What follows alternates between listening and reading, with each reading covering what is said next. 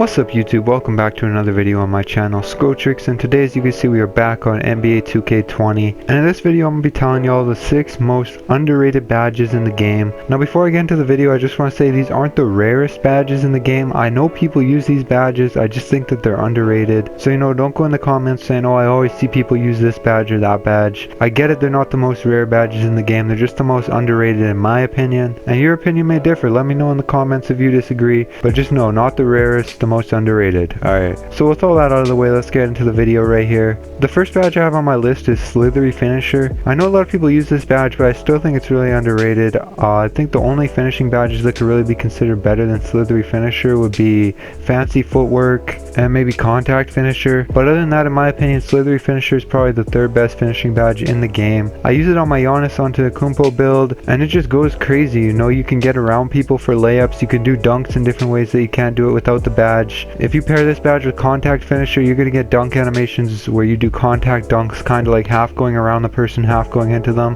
If you didn't have Slithery Finisher, you'd probably just do a contested layup and miss. So it's definitely a really good badge, the most underrated finishing badge without a doubt. But again, I know some people use it, but I still do think it's underrated. But with that being said, let's get into the next badge, and for the next one I'm going to have Worm.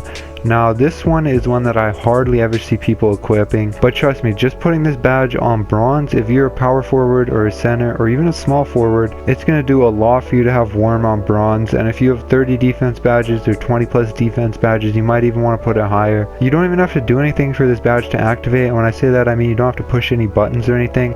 You can basically just get around people to get rebounds. Even if they have you boxed out, even if they have Hall of Fame box, Hall of Fame rebound chaser, you just get rip animations to get by them, swim animations to get by them, and you can snag a lot more boards, especially offensive boards. It's crazy how many more you can get with this badge, even just on bronze. So I highly recommend this badge to any big man with defense in their pie chart who get like 15 plus defense badges. I think this badge is a must have for sure, and it's definitely super underrated. Even if you just put it on bronze, like I've been saying, it's still really good. Alright, now on to number 3, I got Needle Threader. Now I don't see a lot of people using this badge. I mean, I see a lot of people substituting it for playmaking badges that really do nothing, like Stop and Go or Ankle Breaker or Lob City Passer, but those badges really don't help you that much. You'd be much better investing those badge points into Needle Threader. There's better playmaking badges also, obviously, but if you have playmaking in your build, or if you're the primary ball handler on your team, you're probably going to want Needle Threader, especially if you're playing against more comp opponents. If you're just playing against rookies and pros and all-stars, they're not going to be in passing lanes too much, but if you're playing against good players, they're going to be in passing lanes, and you're going to want Needle Threader so you can make your passes and not have them intercepted. But for some reason I don't see a lot of people using it, so I had to put it on this list. But even just on bronze, this badge will help you out a lot. I would recommend, if you can, putting it on gold or Hall of Fame,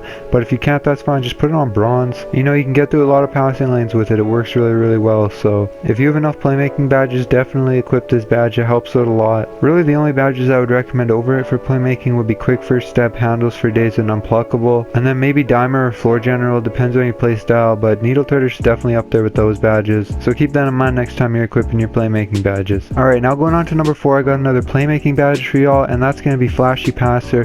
This badge is super underrated. I've seen YouTubers make videos on it to doing explanations on why this badge is actually really good, so I see some people running it in the park now, but before that I really never saw anyone. And if you guys haven't seen any of those videos, I'll explain to you why this badge is so good, especially if you're at least an Elite 1, and even if you're not, it's still really good, because if you have Flashy Passer equipped and you pass the ball to somebody with a flashy pass, it doesn't increase their chances of making the shot, but if they do score off of that flashy pass, they're gonna get a huge amount of takeover. And I've seen videos of people at Elite 1 where they get the takeover booster and they get 3 flashy passes and they score, and then they have team takeover, not just their regular takeover, team takeover after 3 scores. So just imagine you're playing in a game and the score is 6-6. You've each scored 3 2-pointers, and all of a sudden the other team gets team takeover out of nowhere.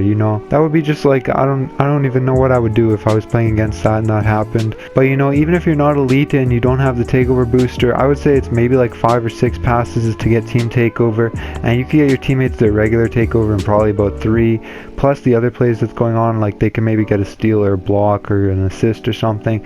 They could probably get their takeover in like 2 scores off of flashy passes with all the other stuff they're doing on the floor. So I would definitely recommend this badge. If you equip it, you're going to be helping out your teammates a lot, and that'll help you get wins in the long run. So I definitely recommend this if you can get it. It's probably not worth it if you don't have playmaking in your pie chart, because there's better badges to get, like I said, with Needle Threader. But if you can get this badge, get it, because I promise you it'll really help you out in the park, in the pro, and whatever you're playing. Even in the rec, maybe especially in the rec, because if you get team takeover in the rec, that's going to be really menacing to the other team.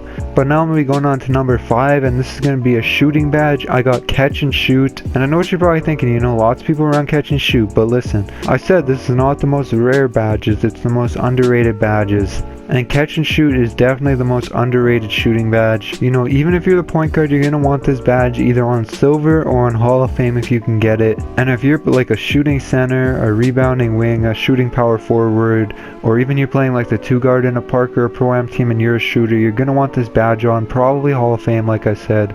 But if you can't get it on Hall of Fame, put it on silver, because it is really good. I've tried playing without catch and shoot on some of my shooting builds, and I've tried playing with it a lot, and I promise you the difference is very, very noticeable. It's a lot easier to shoot with catch and shoot, and if you were like a rebounding wing or a glass block, like I said, I would say it's probably the 3rd best shooting badge for you after quick draw and range extender. So put this badge on, even if you're like a primary ball handler or something, still put it on, even if it's just on silver like I've been saying, just put it on, because there's going to be situations where you catch the ball and you got to shoot, and it'll give you a huge buff. So trust me, when the time comes, you're going to be glad you had it equipped. So now getting into the last badge for this video, I'm going back to defense, and I'm going to have a guard defensive badge this time. That's going to be pick dodger.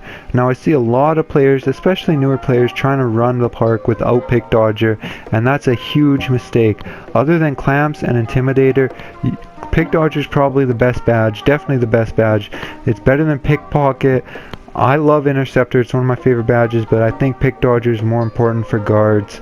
You know, and I'm going to recommend putting this badge on silver. That's what I put it on all the time on any of my builds, even my builds with Hall of Fame defense badges. And it works really good. There's noticeable differences. You know, you're not going to be getting caught up on screens so much. You'll be getting through them a lot easier. You know, you'll notice animations where you kind of just shimmy by them or scooch around them, and those are really what you want to see with the badge. And you get them quite often as silver, so that's where I'm going to recommend putting it. And yeah, if you're a guard and you're not running this badge, put it on. The only badges that are more important, like I said, clamps and intimidator. So if you have at least 7 or 8 defense badges, which I mean I think most builds probably should, then you're gonna want to have pick dodger on, especially if you're playing 2s, because if you're getting caught up on screens on 2s, you may not even have a chance to get the ball and score on offense, because I'm sure y'all know everybody loves to spam screens on 2s, and you don't want to be giving up wide open 3s every single time because you're caught on screens. So put pick dodger on, put it on silver, and don't neglect defense in your build. Alright, so that's gonna wrap up my top 6 most underrated badges. This wasn't in any particular order, I just wanted to get these badges out here so you guys knew. You know, just because you don't see very many people running these badges, it's not because they're not good, it's just because, well, I don't really know why, but people just don't want to run them for some reason. But hey, whatever. Hopefully you guys enjoyed the video, and if you did, make sure you like and subscribe to my channel. I really appreciate it. If these type of videos are something you guys enjoy, I could do more badges videos like this, breaking down the best badges in every category. I could do a most overrated badge category where I talk about badges I see people using that they probably shouldn't be using, or you know, I could probably think of a few more ideas for badge tutorial type of videos. So if that's what type of videos you guys are into, let me know in the comments. You know, don't be shy. You know, I love interacting with people in my comments, so make sure you leave one before you go, and that's gonna be it. Alright, peace. I never change. I show love to all my brothers cause they loyal to me. I was told to keep it on you, ain't no love in the streets. Traumatizing, he was bloody, left him covered in sheets. Yeah. I never change. Still with the game, I'm still the same. Yeah, shit's the same.